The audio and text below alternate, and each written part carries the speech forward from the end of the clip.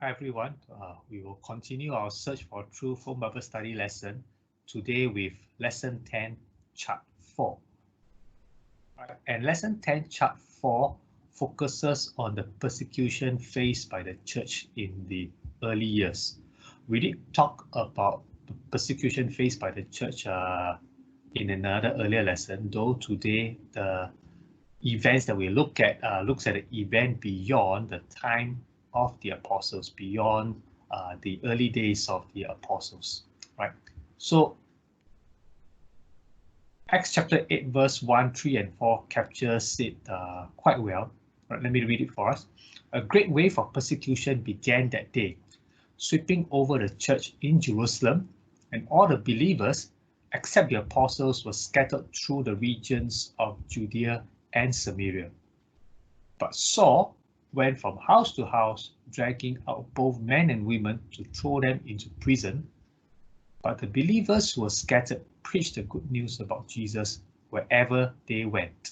Right. So as covered in another lesson previously, we did mention that even though there was persecution, the Church of God continued to grow because disciples were fulfilling the Great Commission wherever they went. They were preaching about Jesus. So besides the persecution that occurred from the religious leaders of that day, right?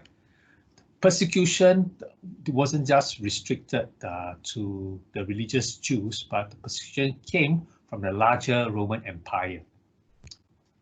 Right, so Christianity was not just persecuted by the religious Jews, but also by the Romans. For the Jews, they misunderstood Christianity as a false religion. They saw that religion as a religion challenging what they considered to be their true Jewish faith. So because of that, they were very fervent in going all out to persecute Christians. The Romans, however, they were more concerned about how the popularity of Christianity threatens their rule. Right, Christianity was becoming popular, gaining a lot of attention because of the signs and wonders and because of how the message is transforming the believers. So the Romans were concerned that there could be some force that they have to contend with, in this case, Christianity. And Rome resorted to very cruel methods to suppress the growth of Christianity. Now, it is actually well documented in history that the Colosseum in Rome was a place for blood sports, right? So you have gladiators fighting animals, gladiators fighting themselves, but it was also a place whereby Christians were thrown in there to be to be killed more by animals they released into the arena. So these are just some examples of how Rome resorted to cruel methods to really stop the growth of Christianity, right? Not only were they mauled by animals, many of them were burned at the stakes and cruelly killed off. And Christians were made scapegoats for the social problems that they face, right? So many times whenever there were various kind of social problems, right, Christians became a convenient scapegoat for the Roman authorities to blame. Right?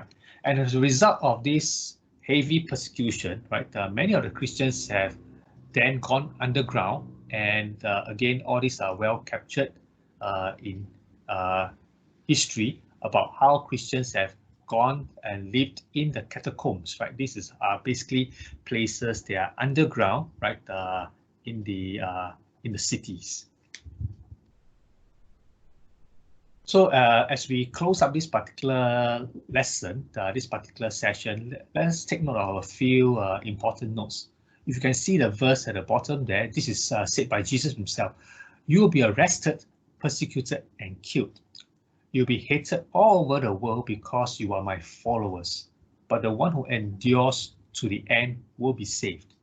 So when we take a step back and look at how Christianity is, the fate of Christianity, of the experience of Christians in the early years, we notice this, that From the very beginning, Jesus has never promised his believers that living for him will be smooth sailing, right? And when we look at history, you begin to see, yes, being a Christian is indeed a dangerous affair, right? Because of the kind of persecution that they experienced. And Jesus' message has always been this, that his promise is that those who endure to the end will be saved, and by being saved, he refers to the eternal life that they will receive, and he will be with them always. So Jesus' promise is not so much physical safety, protecting them physically, blessing them physically.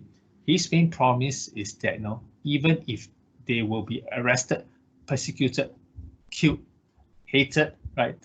But if they endure, they will be saved, right? So this has always been the message of Christianity from the very beginning, and this message continues to be so today. Okay, that's all we have for us today. Thank you.